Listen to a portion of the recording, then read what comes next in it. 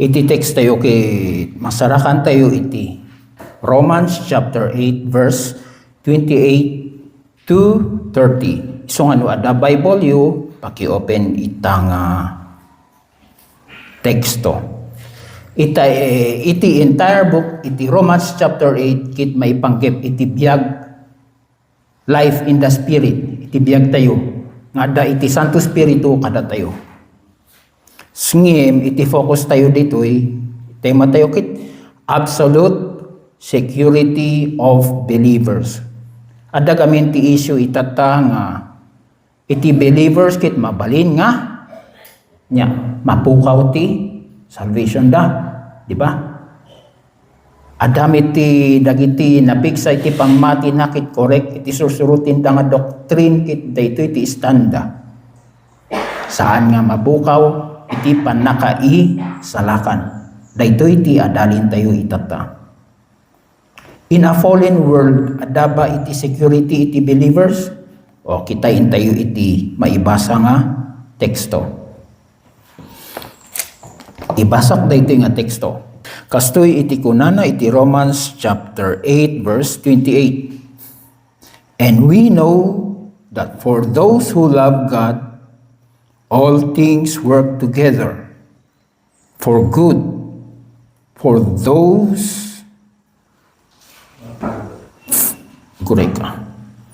for those who are called according to His purpose. Ditati ko na. So, i-expound tayo dagitoy talo nga verses iti Romans chapter 8 verse 28 to 30. Muna diay verse 28. Nati ko na dyan. Dito iti first part dito nga sermon. The promise of sovereign providence. Nati bagbaga na dito the sovereign providence of God as stated in Romans 8:28 that all things work together for what? For good. Daytoy nasayaat iti pagturungan ti amin nga banag ngim adapa iti connection na daytoy dati mainayin iti sakop na daytoy ti sakop na daytoy it includes joy di rago tayo pagsubok tayo wenno di ay trials tayo oray iti sufferings tayo and including sin. Sino ti designer dito nga amin nga banag? God as the designer and actor causes all things to work together according to His what? According to His purpose.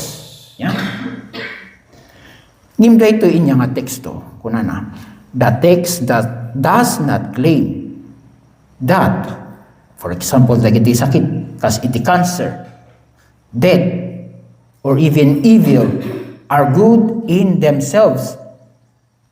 They remain the consequence of a fallen world. Inadal tayo mit ito iti London Baptist Confession, chapter 6, of the fall of man, sin, and the punishment dito. Now, ituloy tayo. It does not necessarily mean earthly prosperity. Malaglagip ko, dagiti preachers, kin amin nga amabok nga tataw kit usarin daytoy iti leading to prosperity, preaching, health, wealth, and others.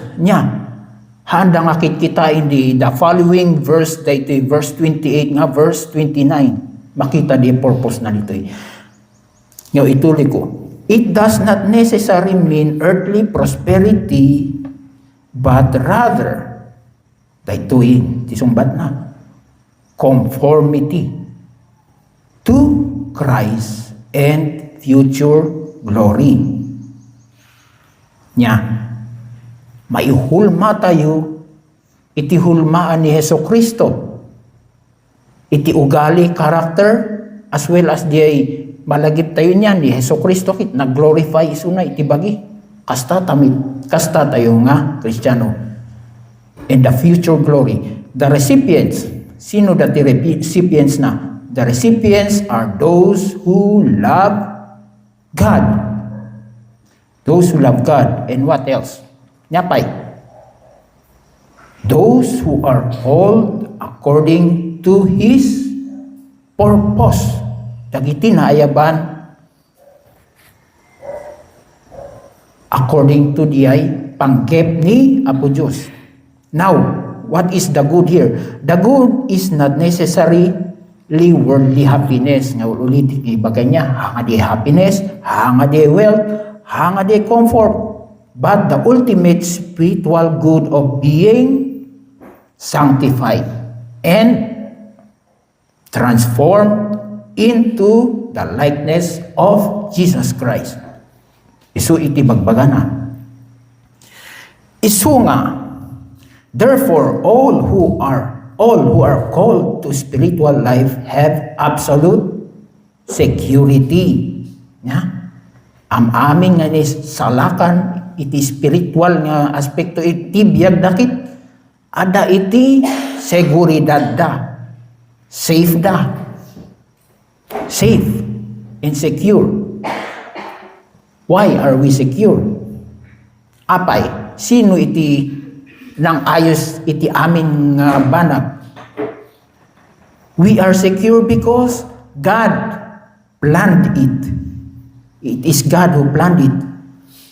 Isuna ni Apo Diyos din nangaramid iti design. Maawatan tayo ito'y nga design no mapantay iti verse 29 and 30. God designed it. God knew us. Amuda tayo kini Apo Diyos. Malagip yung no one comes to the Father except no ni Father kit He draws us to Him. Nya. My sheep listens to my voice and I know them. Kunan na iti Bible. God is the active agent causing or allowing all circumstances, whether good or bad, to work together for the ultimate good.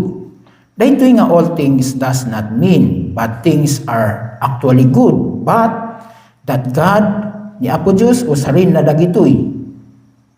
Even the worst situation, tapno ma-achieve iti may nga purpose na. That is the redemptive purpose. Dahito iti redemptive end. Anya dagitoy.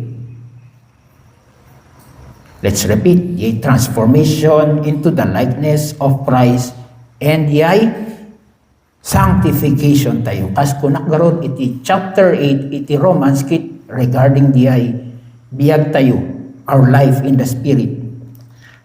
So, ada iti absolute security winunamnama iti namati. Gapu or because ada iti promise the promise of sovereign providence. No isuna iti ay natuin. Isuna iti nagplano, isuna iti nagdesign, and amuda tayo, we are secured. Ada ti purpose na daytoy.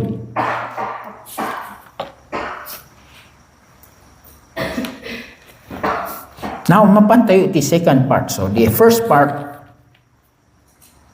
the promise of sovereign providence. The second part na, the purpose of sovereign predestination. Oh, mapan tayo manin iti predestination nga topic. What is the purpose? Ditoy. So, ituloy tayong mabasahin diyay scripture. Mapan tayo. Luktan nyo di Bible iti verse 29. Kuna na ditoy, for those whom He foreknew,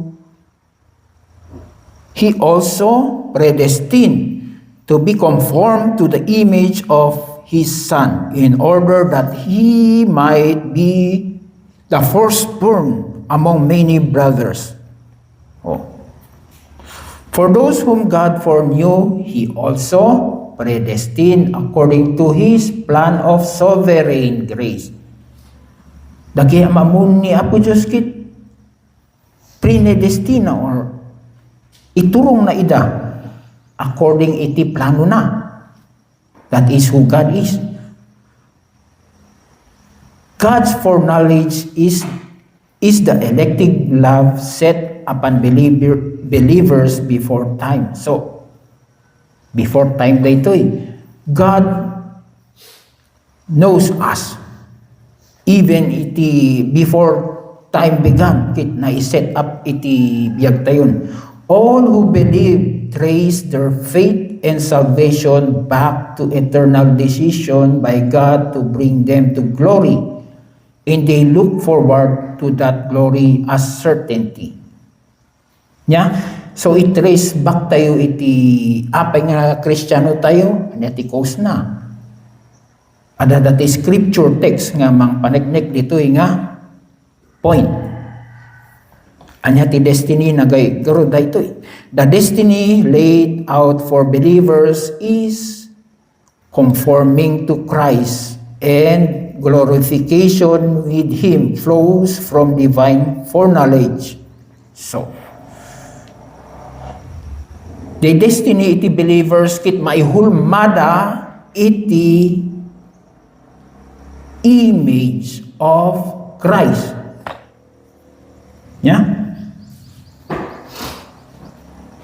Here in this verse, God foreknew people niya. For those whom He foreknew, He predestined to be conformed to the image of His Son. Anyati makunayon no di maihulma or makonform no kumadidanom inkargata iti baso nga square. Ada ba square nga baso? Ada siguro. Inkargata iti freezer. No tumangkin di ay maihulma nga kasjemit lang square di pagpalinan na di ice. Basta mit iti believers niya. Maihulma tayo kini Hesukristo. Amen.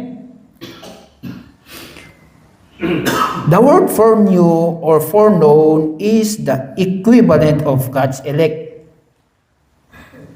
whom God loved. Individually daytoy, personally, and even before they were created. Asjay, basahin tayo ti Ephesians chapter 1 verse 3 to 4. Look at your Bibles.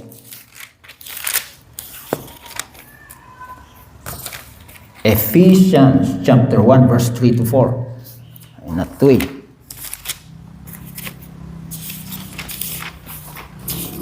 Ay nagligat nga din. Galatians, Ephesians.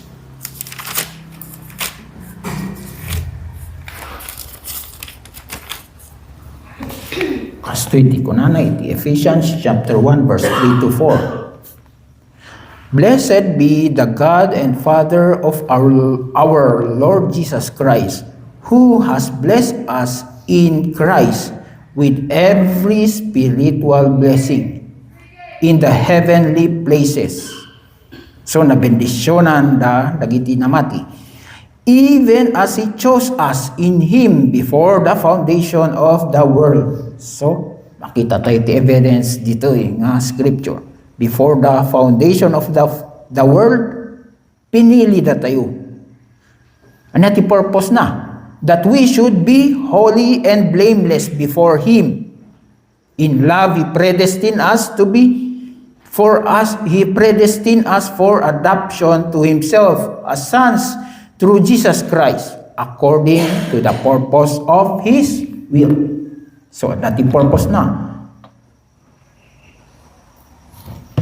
Blessed be the God and Father of our Lord Jesus Christ, who has blessed us in Christ. Salamat Apo Diyos iti kastoy nga bendisyon. Na bendisyonan tayo.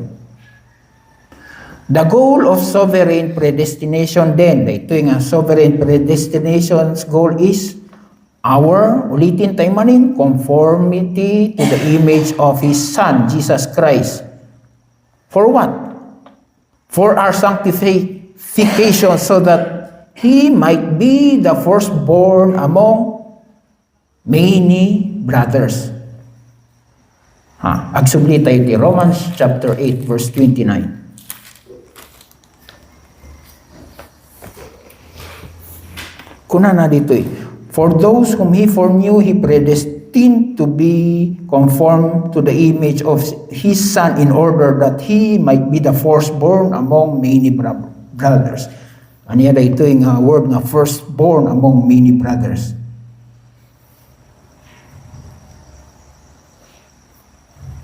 The word, ito yung firstborn.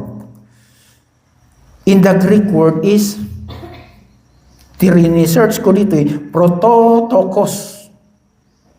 It means priority, authority, and inheritance. So ni Hesus Kristo, ni Hesus Kristo, Jesus Christ holds the highest status in God's kingdom. Ayan na ti God's kingdom. Iti kingdom of God kit grupo dagiti believers nga namati niya. Amin nga naisalakan na born again kit adajay pagarian ni Apo Diyos. In Romans chapter 8 verse 29, firstborn among many brothers identifies Jesus as the preeminent leader. It means Jesus is the head of the church, heir and pattern for believers. Isu na iti pattern para iti believers tapno isu na ti surutin tayo rather than referring to the birth order. Han na kayat nga dati firstborn, secondborn, thirdborn. It signifies his supreme rank, resurrection, priority, and status as what? As a model to which Christians are conformed. May nga model kano, model ti bagbagana, tapno iti Kristiyano kit ba-conform dakin ni Hesus Kristo. Laglagipin tayo ni Kristo kit, he is the head of the church. We are part of the body of Christ. Datayo ti the called out ones na ayaban.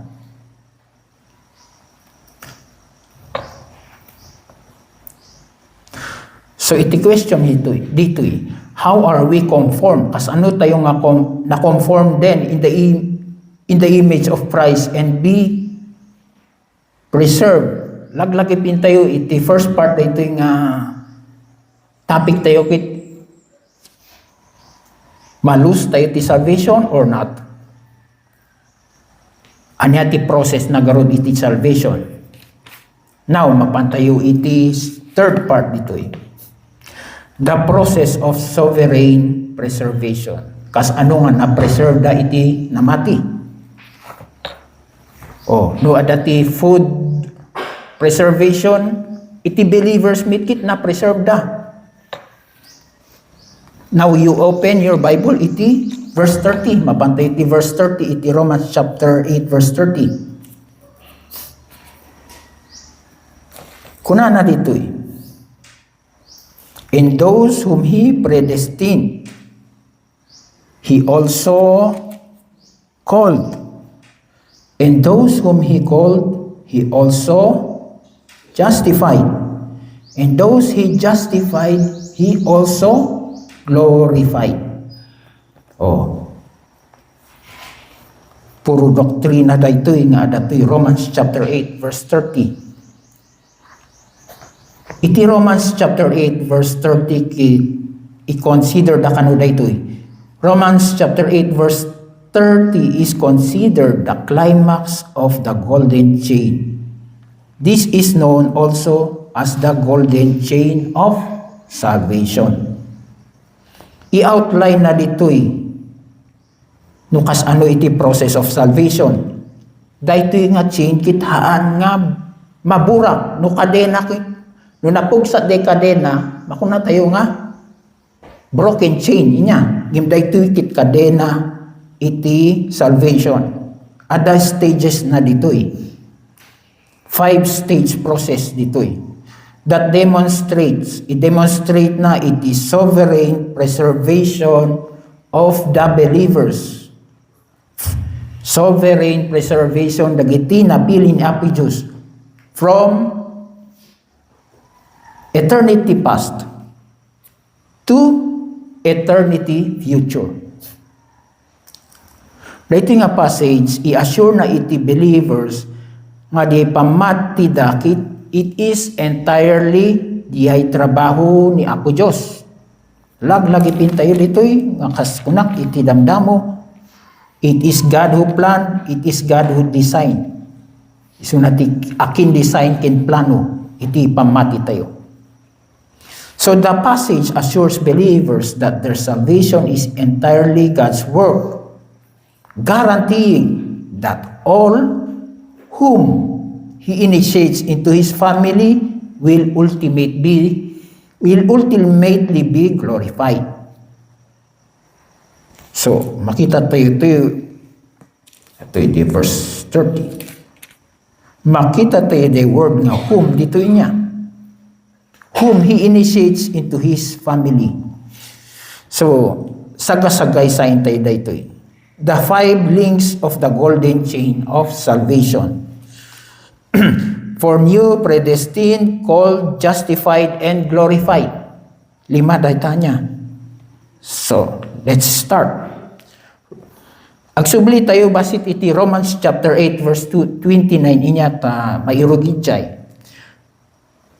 Ada dito'y the word foreknew. It refers to the intellectual foreknowledge. It refers not to intellectual foreknowledge, but to God setting His intimate elective love upon individuals before time. So, from eternity past, ada iti foreknowledge ni Apo Diyos, kastoy. Agpiliyak iti tatao para kanya to display my love niya. Pakitak ti panagayat ko kadag ito'y nga tatao. Kasjay di ay. Mapanto iti second part na dito'y predestined. At iti verse 29 and 30. God's pretemporal decree that those He loved would be conformed to the image of His Son. Ito iti purpose na apay. All things work together for good. Tapno, mahulma tayo ijay imahe ni Jesu Cristo, His Son, and to have a glorified body too, dito in the future. Yeah? So, foreknew, predestined. He foreknew us. That means, amuda tayo.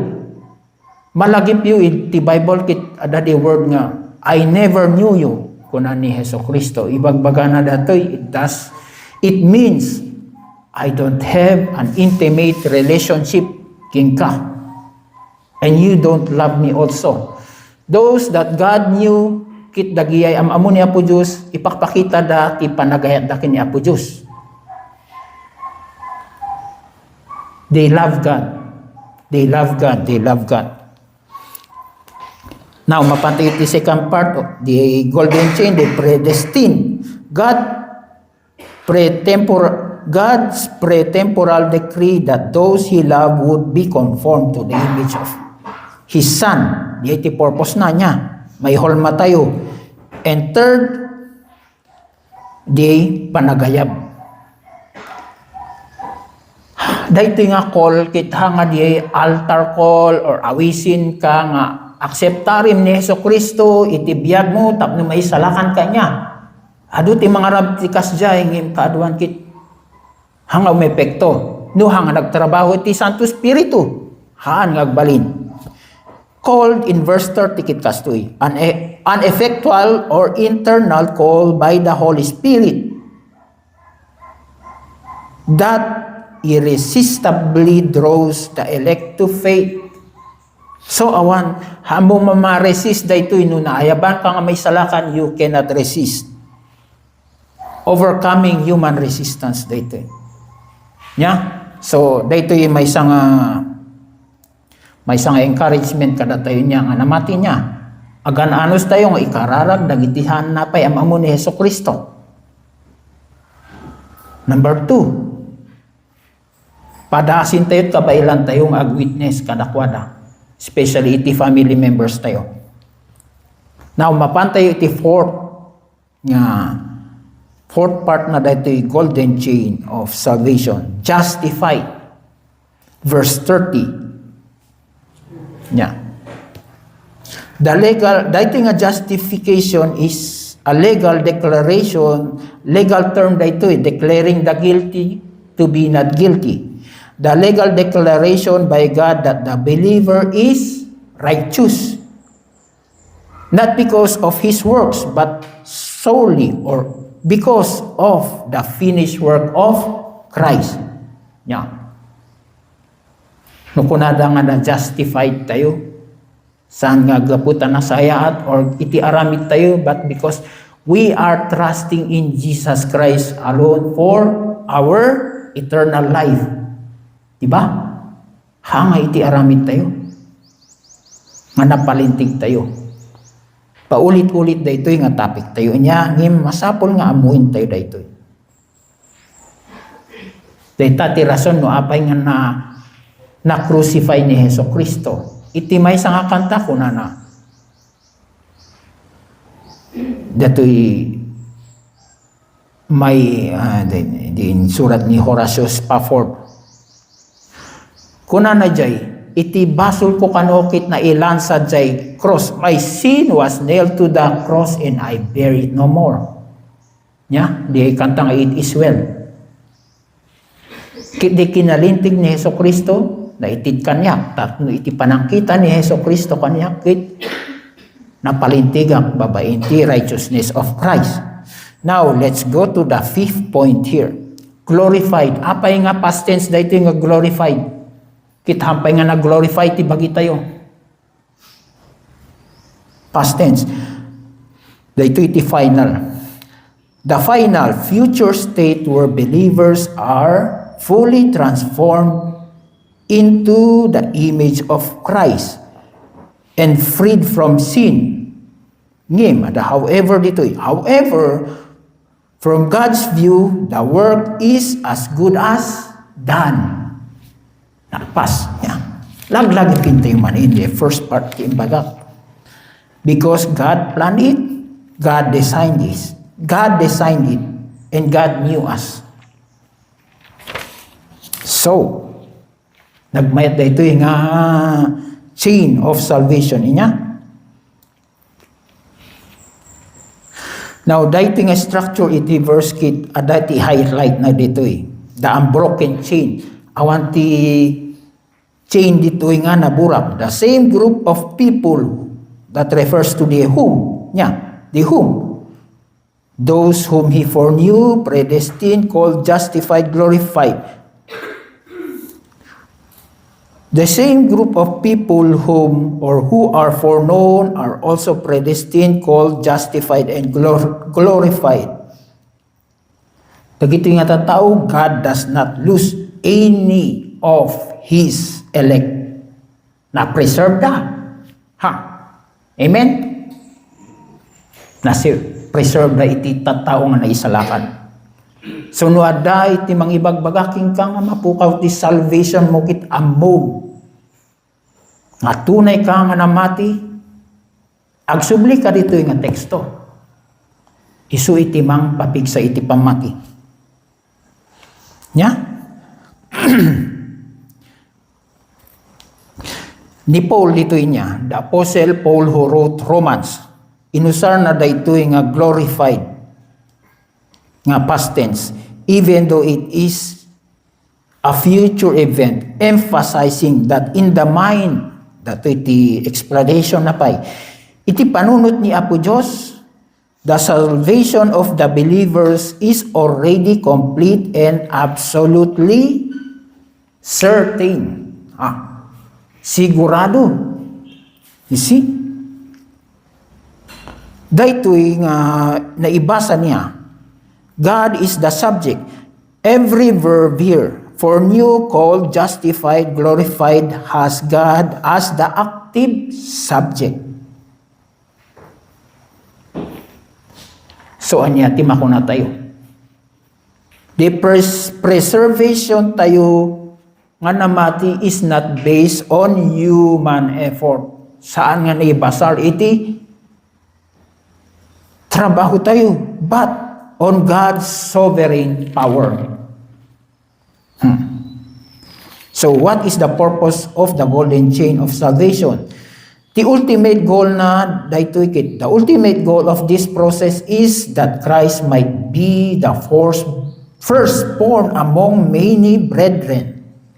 Romans 8:29. Creating a family of people perfectly conformed to His image. So a create iti people perfectly nga maihulma iti imahe ni Heso Kristo. Maisagsagana da iti glorified nga bagida. So, nya makuna tayo, daytoy nga security iti believers rest in God's unchangeable purpose. Naibasar daytoy nga seguridad iti namati iti haan nga mabaliwan nga panggep ni Apo Dios. Isuna ti nag-provide iti amin. So we are confident then, that confidence tayo, that nothing can separate us from the love of God, which is in Christ Jesus.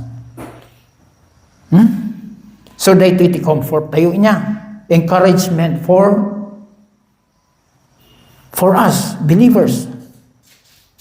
Kuna na iti Philippians chapter 1 verse 6. Amo yumit data. Since God began the good work by saving us, God will finish it. Amen?